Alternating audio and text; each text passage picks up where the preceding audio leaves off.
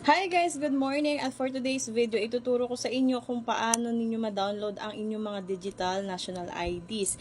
Syempre pumunta po tayo sa ating Google at ayan, i-search nyo po ang digital national ID. So i-make sure ninyo na meron kayong load kasi kung wala, hindi po iyan magsi-search. So ayan, digital national ID. So ayan, i-click po ninyo ang nationalid.gov.ph. So, pagkatapos niyan guys, ayan, consent.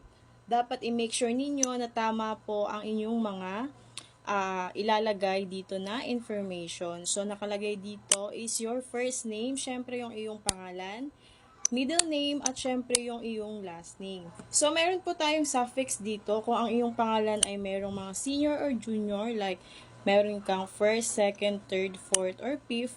So, pili na lang kayo dito. Pero kung wala, ay pwede pong ilagay ang NA. So, pagkatapos is middle name, pwede wala or pwede pong mayroon. At syempre, ang atin pong birthday. So, i-fill up nyo lamang yun guys. I-make sure po ninyo na correct po ang inyong mga information na ilalagay sa ating box. So, ayan, i-double check po ninyo yan kasi medyo maselan po ang ating, ayan, no? Ayan, online. So, syempre, i-click mo na proceed. So, pagkatapos, nakalagay dito, take live selfie. So, ayan po yung mga instruction makikita ninyo. So, good fit, kailangan nakapasok yung iyong muka.